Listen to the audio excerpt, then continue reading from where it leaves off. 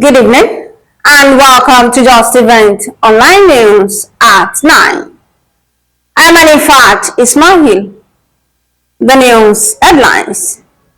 Tinubu to unveil first ever National Industrial Mapper Development Policy. Federal government pledges steady gas supply to Togo, Benin, Ghana. Customs FRS energized to fast-track single window project. NDLEA ECOWAS declare manpower loss to drug abuse. ECOWAS lament doctors' shortage to treat 8,244 mentally ill inmates. CBN sensitizes manufacturers, others on alternative payment channels. Oyo distributes 18,000 tablets to teachers. Lagos loses 91 lives, 19.5 billion naira property to fire outbreaks.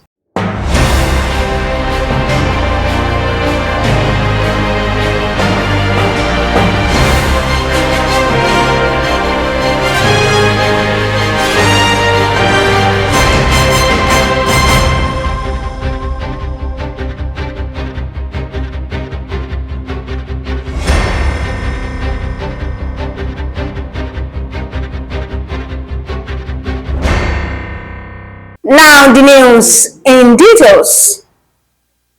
President Bola Tinubu has announced plans for Nigeria's first ever National Industrial Manpower Development Policy, saying the country's greatest asset lies in its people rather than its natural resources. Tinubu, represented by Vice President Kashim Shettima, announced the plans at the opening of the National Industrial Manpower Summit 2025 in Abuja. According to a statement signed by the Senior Special Assistant to the President on Media and Communication, Office of the Vice President, Stanley Nwakocha, Tinubu pointed to the urgent need to bridge the gap between educational output and industry requirement to unlock Nigeria's economic potential. The federal government has reaffirmed commitment to ensuring a steady gas supply from Nigeria to Togo, Benin Republic, and Ghana in a bid to tackle energy poverty and promote economic prosperity in the West African sub-region. Minister of State for Petroleum Resources, Ekwerike Epo, made this known on Tuesday in Abuja during a meeting with the outgoing and incoming managing directors of the West African Gas Pipeline Company.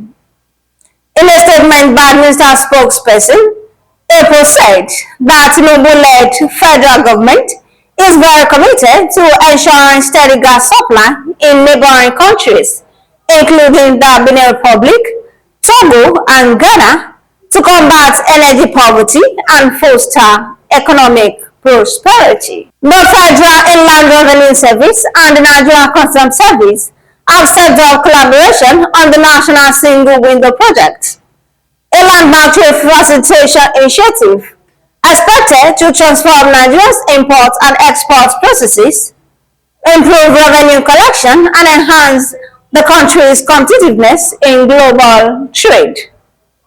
At a high-level meeting held at the NCS corporate headquarters in Abuja, top officials from both agencies reviewed ongoing preparations for the project implementation and agreed on practical steps to accelerate system integration ahead of its planned takeoff in the first quarter of 2026. The National Drug Law Enforcement Agency and the Economic Community of West African States have decried the loss of manpower and youth productivity to substance abuse, warning that the trend threatens Nigeria's economy and regional development.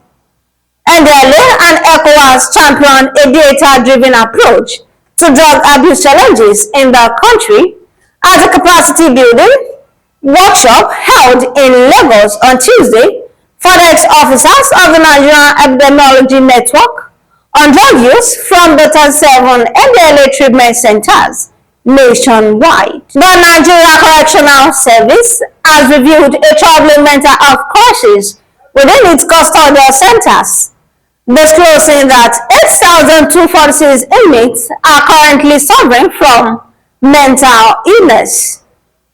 The figure was made public during the third public hearing of the Independent Investigative Panel on alleged corruption, abuse of power, torture, and other inhuman treatment by the ENCOs held in Abuja. The Assistant Controller General of Corrections in charge of medical services, Dr. Glory Essen, highlighted the harsh reality of incarceration and its impact on mental health during her address to the panel. The Central Bank of Nigeria has reaffirmed its commitment to expanding financial inclusion and driving economic growth by promoting the adoption of alternative payment channels. The Apex Bank expressed this commitment at the sensitization exercise themed CBN Fair on Tuesday under the theme Driving Alternative Payment Channels as Tools for Financial Inclusion, Growth and Accelerated Economic Development.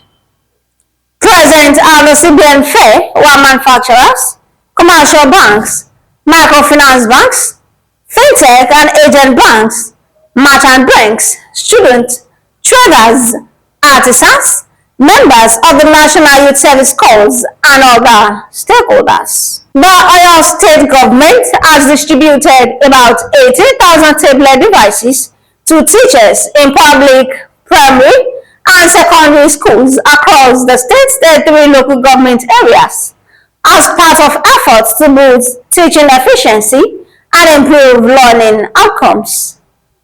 Governor Seyi Makinde, represented by his deputy, Bayo Lawal, performed the presentation at Emmanuel College, Ibadan. He announced that all beneficiaries will undergo compulsory formal training at 16 centers across the state to ensure they acquire the knowledge and skills needed to use the devices effectively. The Lagos State government has revealed that 91 lives and 19.52 billion naira worth of properties were lost to fire incidents in 2024. This was as Governor Babajide Sanwo-Olu reaffirmed the state government's commitment to combating fire disasters through a synergic combination of modern technology and grassroots engagement. Speaking at the Lagos International Fire Safety Conference, the governor highlighted the importance of collaboration and innovation in fire prevention.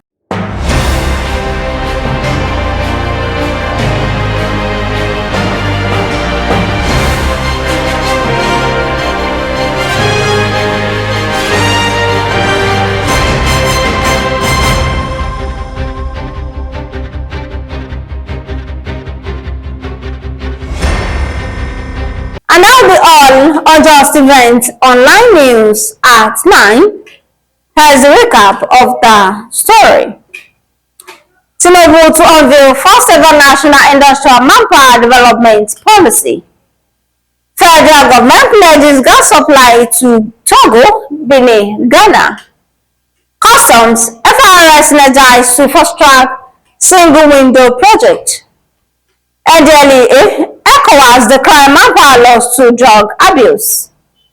ENCOs lament doctor shortage to treat 8,244 mentally ill inmates.